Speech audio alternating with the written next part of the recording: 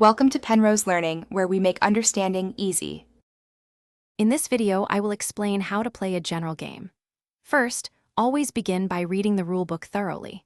This ensures you understand the game's core objective and setup.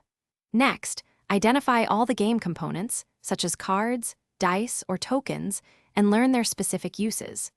Knowing these foundational elements will provide a solid base for your first playthrough, making the learning process much smoother and more enjoyable for everyone involved.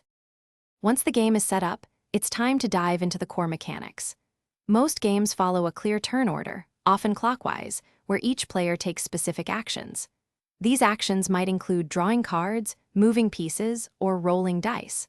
Always resolve any immediate effects or conflicts that arise from your actions before passing your turn. This keeps the game flowing smoothly and ensures everyone understands the current state of play. To truly excel, developing a strong strategy is key. Think beyond your current turn and consider the potential outcomes of your actions over the next 2 or 3 turns. Observe your opponent's moves and adapt your plans accordingly. Flexibility is a powerful tool. Efficiently managing your game resources, whether they are points, cards, or pieces, can provide a significant advantage. A well-thought-out approach often leads to victory. Finally, every game has a clear end.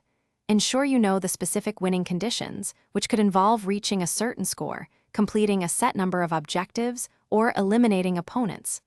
Once these conditions are met, tally up any final scores or confirm the winner. After the game concludes, carefully reset all components to their starting positions, making it easy for the next group to enjoy the experience. Good luck with your next game. Thanks for watching. If this was helpful, leave a like and consider subscribing. See you next time.